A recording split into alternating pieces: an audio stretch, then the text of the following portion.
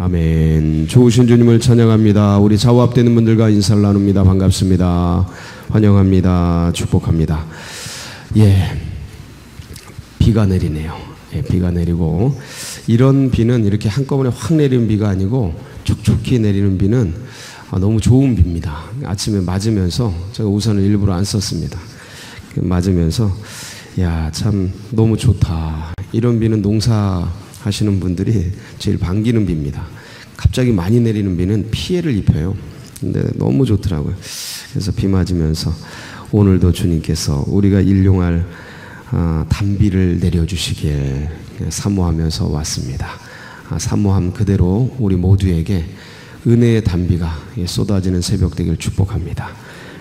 그런 기대를 가지고 우리 열왕기상 7장 1절 12절은 금요일날 했어야 되는데 태풍 온다 그래서 우리가 그날 안 했죠. 그래서 그것까지 같이 보도록 하겠습니다. 1절부터 12절 말씀은 솔로몬의 궁전을 짓는 내용입니다. 근데 성전하고 궁전을 같이 짓습니다. 같이 인력을 일으킨 길에 출발을 같이 합니다. 그래서 성전 짓고 궁전도 같이 짓는데, 성전은 몇 년 만에 짓죠? 7년 걸렸습니다.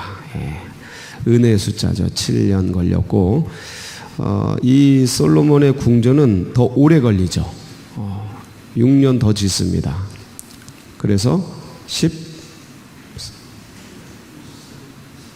13년 맞죠? 13년. 갑자기 산수가 안 되네. 13년. 그래서 7년 성전, 13년 왕궁, 궁전을 짓는데,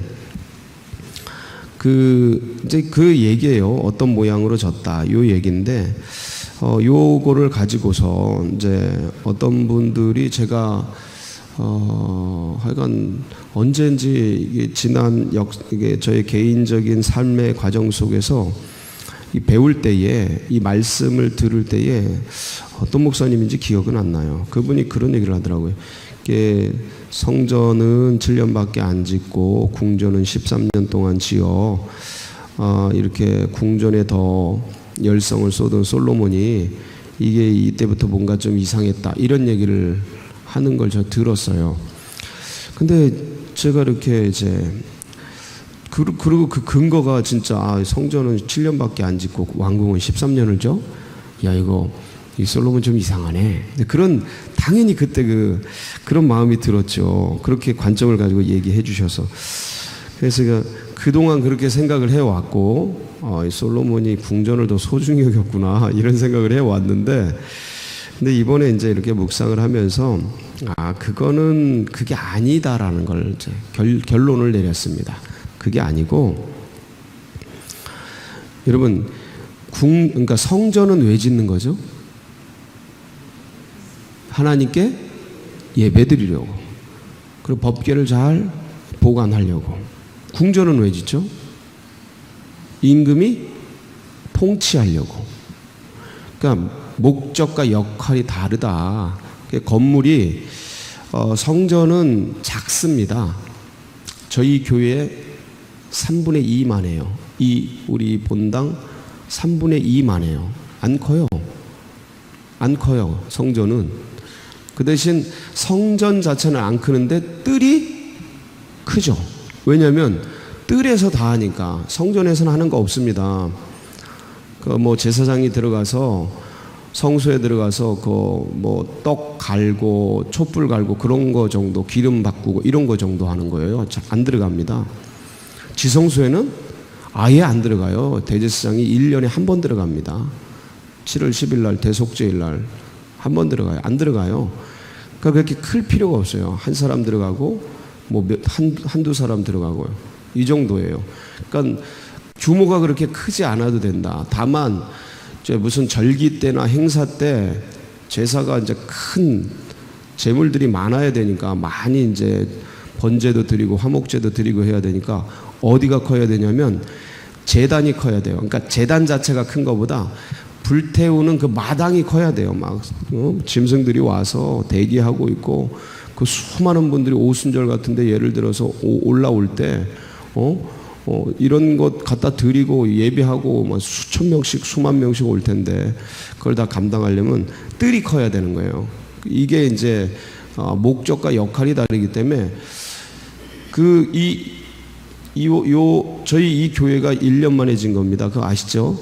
근데 이거 3분의 1을 7년 동안 지었다고 생각해 보세요. 요 규모, 우리 교회 본당의 3분의 2 정도 되는 건물을 7년 동안 지었다고 생각해 보세요. 지극정성으로 지은 거죠. 전문가들이 망치 소리도 안 나게 다 떠서, 돌 떠서, 나무 다 제작해서 오면 소리도 없이 탁, 이게 헝겊 같은 거 대가지고 탁탁탁 끼워 놓고 그렇게 지은 거예요. 성전에 소리 내면 안 돼요. 하나님 앞에서 이렇게 조용하게 해야 된다 그래서 그렇게 해가지고 그리고 그렇게 지었단 말이에요. 근데 왕궁은 사람들이 많이 거합니다. 아예 거해요. 성전에는 거하는 게 아니에요. 잠깐 들어갔다 나오는 거고 왕궁에는 왕이 거할 뿐만 아니라 여러 신하들이 한마디로 말하면 행정 사무실이에요. 행정 사무실. 청와대 같이. 저건 집이 아니잖아요. 청와대는 행정 사무실이지. 그러니까 그렇게 사람들이 많이 있으니까 넓어요. 그래서 성전보다 4배 커요. 제가 따져보니까 4배 크더라고. 4배 크니까 기간이 당연히 또 오래 걸리죠. 그러면 자, 제가 한번 질문 드릴게요. 솔로몬은 자기의 궁전과 하나님의 성전 중에서 어느 것에 더 정성을 들였을까요? 예? 성전 맞았습니다. 제가 그렇게 결론 내린 이유가 뭐냐면 이때 초기예요. 통치 4년째예요. 아직 마음이 순수하고 하나님을 향한 열정이 대단할 때입니다. 말년에 꺾이지 절대 이때 꺾이지 않습니다. 아주 순수한 마음을 가지고 꿈에도 1000번제를 통해 꿈에 하나님의 그 은혜를 받고 막 그럴 때예요. 얼마 안 된 때입니다. 그 하나님을 향해 전심으로 예배하고 전심으로 성전을 지어드린 거예요. 그런 증거가 뭐냐? 성전은 짓고 나서 이 성전 전체를 뭐로 칠합니까? 금으로 칠해버립니다. 금으로 칠해요. 그런데 궁전을 저희 오늘 이 병행 본문이 있나 한번 다 찾아봤는데 없어요. 이거에 딱 여기 있는데 궁전에 대한 내용은 이거밖에 없어요. 솔로몬 궁전에 대한 이 얘기는 요 장면밖에 없어요. 다른 데 성경에 나오지 않아요. 그래서 자세히 살펴봤더니 금을 칠했다는 얘기와 보석을 박았다는 얘기가 있나 없나 한번 찾아보세요. 없어요. 부분 했겠죠. 근데 그냥 돌과 나무로 쳤습니다. 그러면 금덩이 칠한 거랑 돌과 나무로 지은 거랑 뭐가 더 귀해요? 당연히 성전이 귀하죠. 그래서 결론 내렸어요. 기간으로 따질 게 아니다. 기간은 규모가 작고 역할이 다른 거라 성전은 작게 지은 겁니다. 그래도 작은 거 아니에요. 그래도 작은 거 아니고 워낙 뜰을 크게 지으니까 그렇게 한 거고 그 다음에 얼마나 귀하게 여겼으면 성전은요 마룻 바닥까지 다 금으로 칠합니다. 그 기구 하나하나 만드는 걸 금으로 만들 정도가 아니고 마룻 바닥도 금으로 칠해요. 금을 밟고 다닌 거예요. 굉장히 소중하게 그렇게 했다라는 사실을 꼭 기억하고 진짜 그런가? 그리고 오늘 한번 이 1절부터 12절을 자세히 읽어보세요. 금 얘기 없나? 금을 좀 찾아보세요. 내게 될 거다 생각하고 거기 없어요. 금 얘기가. 그렇게 생각하시고 그래서 솔로몬이 성전을 귀하게. 자, 그러면 질문 들어갑니다. 왜 성전은 금으로 칠하고 궁전은 금칠을 안 했을까? 이게 질문입니다. 요거를 질문의 대답을 찾을 수 있는 단서도 드리는 게 이제 성전의 금은 뭘 상징해요? 이게 대답의 단서입니다. 안 들려요. 흐물흐물하지 마시고, 네? 잘 안 들려. 예, 그거에 그거. 성전의 금은요, 예수님의 피입니다. 피.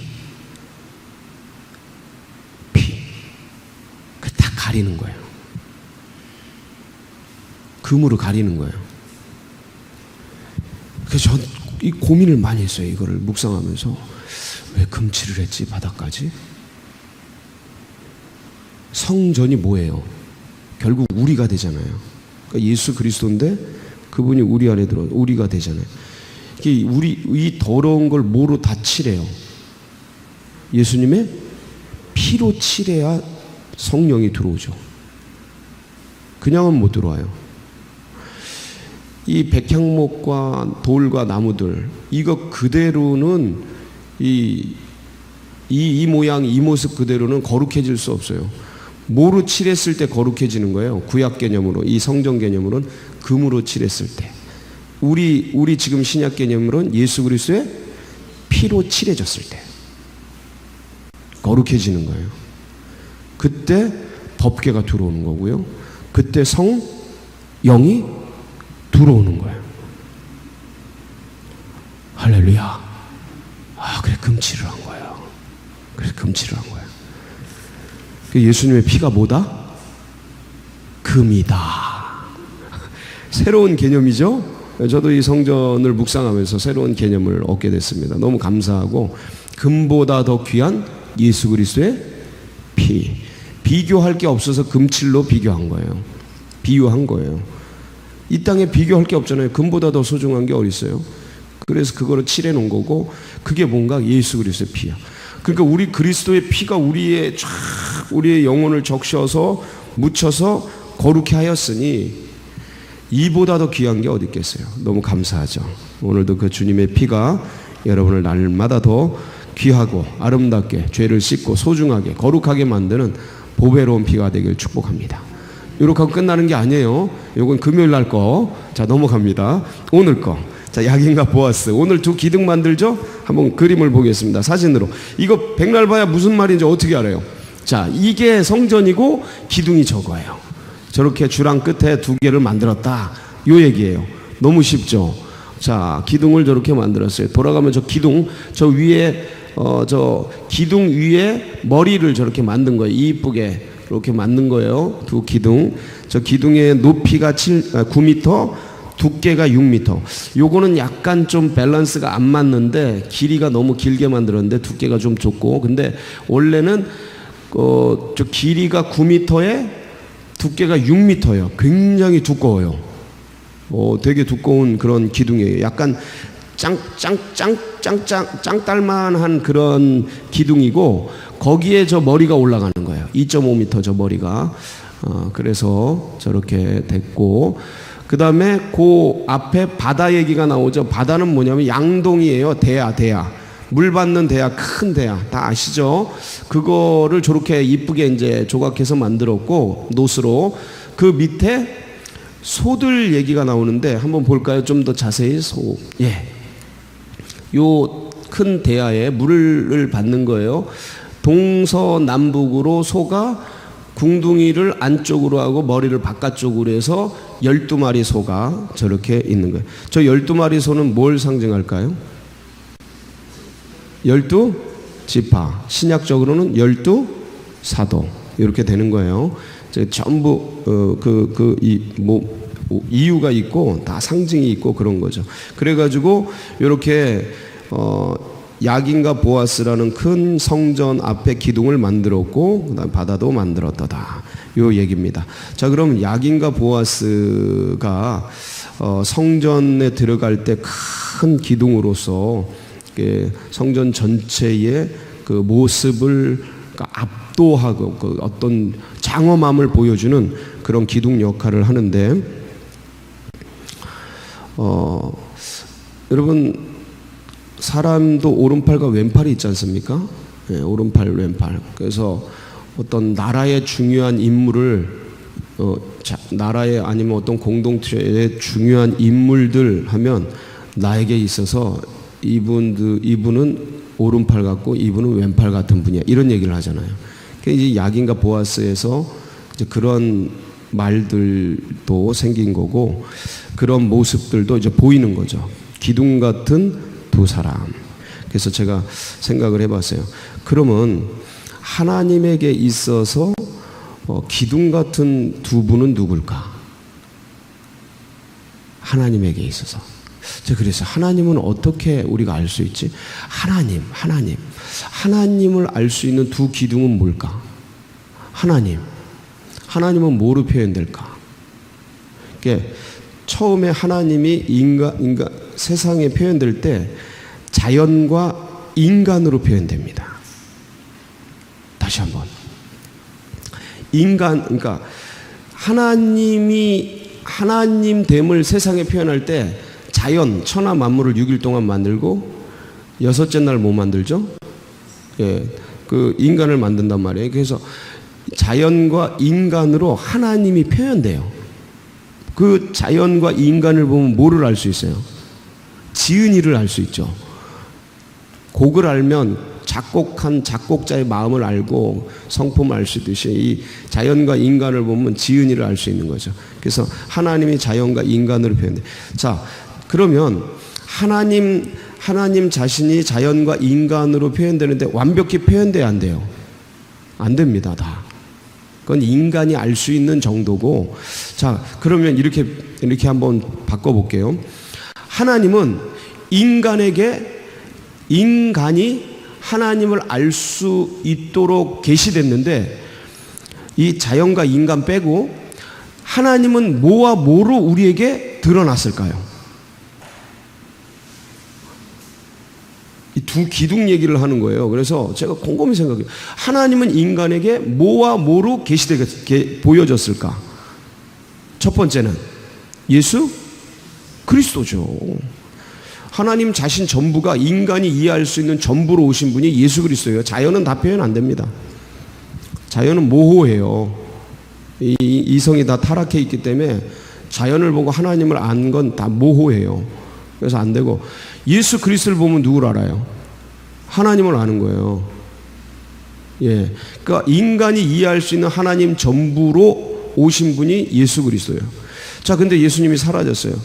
그래서 이제는 이 하나님을 알 수 있는 또 다른 보혜사, 다른 분을 보내셨죠. 그게 누구예요? 성령이에요.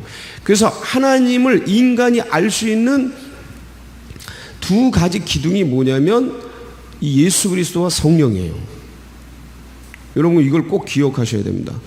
예수 그리스도 성령. 그래서 예수 그리스도는 뭐로 기록이 돼 있어요? 말씀으로 다 기록이 돼 있어요. 이 말씀을 깨닫게 하시는 분이 누구예요? 성령이에요. 이걸 아무리 이성적으로 우리가 머리로 이해한다 그래도 아는 게 아니에요. 그건 매빈하는 거예요. 학습하는 거지 야다하지 못해요. 그러니까 알아도 아는 게 아니에요. 그러니까 예수 그리스도 성령 이 두 분을 통해서 우리는 누구를 알아요? 하나님을 아는 거예요. 인간은 직접 하나님을 만날 수도 없고 알 수도 없어요. 불가능해요. 타락한 이성을 가지고는 불가능합니다. 죽습니다. 보는 즉시 죽습니다. 그러니까 그리스도와 성령을 통해서 알아가는 거예요. 그렇게 알아가는 거예요. 자, 그러면 우리가 이렇게 그리스도와 성령을 통해 하나님을 알아가는데 그럼 인간이 성령과 그리스도를 통해 하나님을 알아가는데 인간이 쓸 수 있는 성화되는 거룩해지는 두 가지 은혜의 도구가 있어요. 가장 큰 제가 이제 두 기둥을 얘기하기 위해서 두 가지씩 얘기하는 거예요. 더 있죠. 근데 가장 중요한 두 기둥이 있다. 거룩해지는 길, 인간이 거룩해지는 은혜의 도구. 그게 뭐냐면 말씀과 기도예요. 말씀과 기도로 거룩해지니라. 하나님의 말씀과 기도로 거룩해지니라. 이렇게 기록이 돼 있어요. 그리고 그렇게 자, 그러면 제가 구약은 이스라엘 이게 이스라엘이 하나님 나라지 않습니까? 구약에 지금은 하나님 나라가 교회예요. 이거를 딱딱 정의 내리셔야 돼요. 이걸 모호하게 두면 성장이 안 돼요. 모호하게 두면 딱딱 정의를 내리셔야 돼요. 제가 그걸 정리를 이렇게 한번 해드리는 거예요. 구약의 하나님 나라는 이스라엘이라는 나라예요. 나라와 민족이에요. 근데 이스라엘, 그러니까 하나님 나라에 들어가는 이스라엘이 되는 방법이 두 가지가 있었어요. 그러니까 이스라엘 사람이 되려면 이스라엘 나라를 형성하기 위해서 어떻게 써야 되냐면, 하나는 이스라엘 혈통이 있어야 돼요. 유대인이 돼야 돼요. 이스라엘 혈통. 또 하나는 이스라엘 땅이 있어야 돼요. 가나안 땅. 그래서 그걸 그렇게 차지하려고 그렇게 꿈꿨던 거죠. 그 땅이 없었던 이스라엘 백성들은 애굽에 모여서서 노예 생활을 하잖아요. 근데 이들이 결국 뭘 차지해요? 가나안 땅을 차지하죠. 이게 이제 믿음의 순례의 과정을 설명하는 거거든요. 그래서 이스라엘을 형성하는 데 있어서 하나님 나라, 구약적 개념의 하나님 나라인 이스라엘 형성하는 데 있어서 혈통과 땅, 가나안 땅, 이 두 가지가 굉장히 중요했습니다. 그러니까 이스라엘 나라 이루는데 혈통과 땅. 그래서 하나님이 계속 약속한 게 뭐예요? 아브라함에게 네 후손을 주리라. 하늘의 별과 같이 땅의 모래같이 후손을 주리라. 그리고 너희 후손들이 뭘 차지하리라?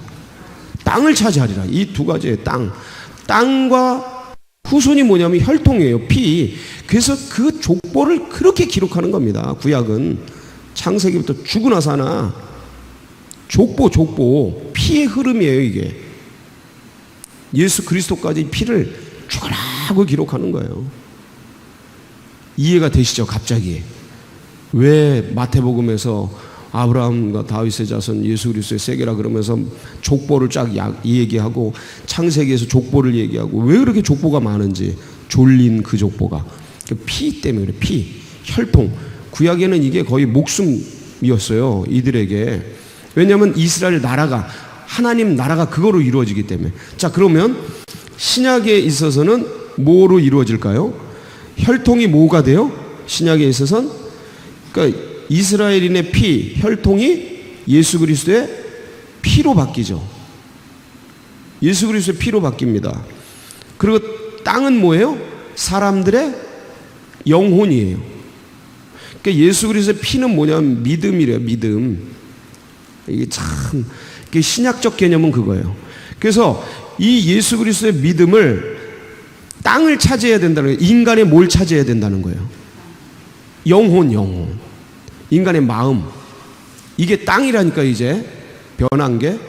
그래서 예수 그리스도의 믿음을 인간의 땅, 인간의 영혼에 그 차지하는 이 과정을 뭐라 그래요? 복음화, 제자화. 두 가지예요. 복음을 전하는 것과 제자 삼는 것. 예수님이 이 두 가지를 얘기한 거예요. 그래서 너희는 온 천하에 다니며 만민에게 복음을 전파하라. 그러므로 너희는 가서 모든 족속으로 뭘 삼아? 제자를 삼아 아버지, 아들과 성령의 이름으로 세례를 주고 내가 너희에게 분부한 모든 것을 가르쳐 지키게 하라. 여기서 나머지는 다 분사형이고, 직설법이 뭐냐면 너희는 제자 삼아라 이거예요. 이게 가장 중요한 문장이에요. 이 나머지는 제자, 세례를 주고 분사형이에요. 웹타이징, 그다음 그다음 제자, 그거에 나머지는 분사고. 그러니까 복음 전하는 것과 온 천하의 만민에게 다니며 복음을 전하는 것과 복음화와 제자화, 이 두 가지가 주님이 우리에게 남기신 명령이라고요. 그 예수님이 직접 온 천하에 다니며 복음을 전했고, 그 다음에 제자를 삼으셨잖아요. 복음은 무조건 전해야 돼요. 때를 얻든지 못 얻든지 전해야 돼요. 그런데 예수님이 다니면서 늘 복음을 전하셨어요. 그러면서 힘쓴 게 뭐예요? 제자. 12 제자와. 이것들을 우리의 생 속에서 잊지 말아야 돼요. 우리 개인의 영혼 구원과 은혜 받기 위해서 이렇게 신앙생활하는 건, 이 신앙생활하는 건 기본이고, 여기서 이제 성장을 해서 예수님의 삶을 우리의 생애 가운데 살아내는 것, 이게 제자들이잖아요. 그래서 그럼 예수님이 어떻게 살았나? 복음을 전하면서 제자를 기르셨구나. 이걸 우리가 해내면 돼요. 그래서 여러분 기억하시고, 개인적인 두 기둥은 하나님 사랑, 이게 믿음이에요. 하나님 사랑과 이웃 사랑. 이게 두 기둥으로 딱 야긴과 보아스가 우리 가운데 딱 서 있어야죠. 사명자로서는 제자화와 복음화, 이 기둥들이 탁탁 서서 하나님 나라를 오늘도 세상 속에 넓혀가는 우리 복된 성도님 정말 하나님 나라의 야긴과 보아스 같은 기둥들 되시길 축복합니다. 같이 기도하시겠습니다. 우리 다음 세대들 어제 간증 듣고 그랬는데 가슴이 뜨거웠습니다. 우리 교회 가운데 성령이 이렇게 역사하시는구나 감사했고, 더 다음 세대들이 부흥 발전하고 성장할 수 있도록 위해서 기도해 주시고, 정말 다음 세대들이 일어나서 새 가족들이 일어나서 기둥 같은 야긴과 보아스 같은 인물들이 되셔야 돼. 그 위해서 기도해 주시고, 나라와 민족 정말 잘 주님 안에서 안정되도록, 그 다음에 또 우리 수능생들 위해서 기도해 주시고, 여러분 각자의 기도, 우리 교회와 각자의 기도 제목 붙들고 주여 한번 부르짖고 기도하며 나갑니다. 부르짖습니다. 주여.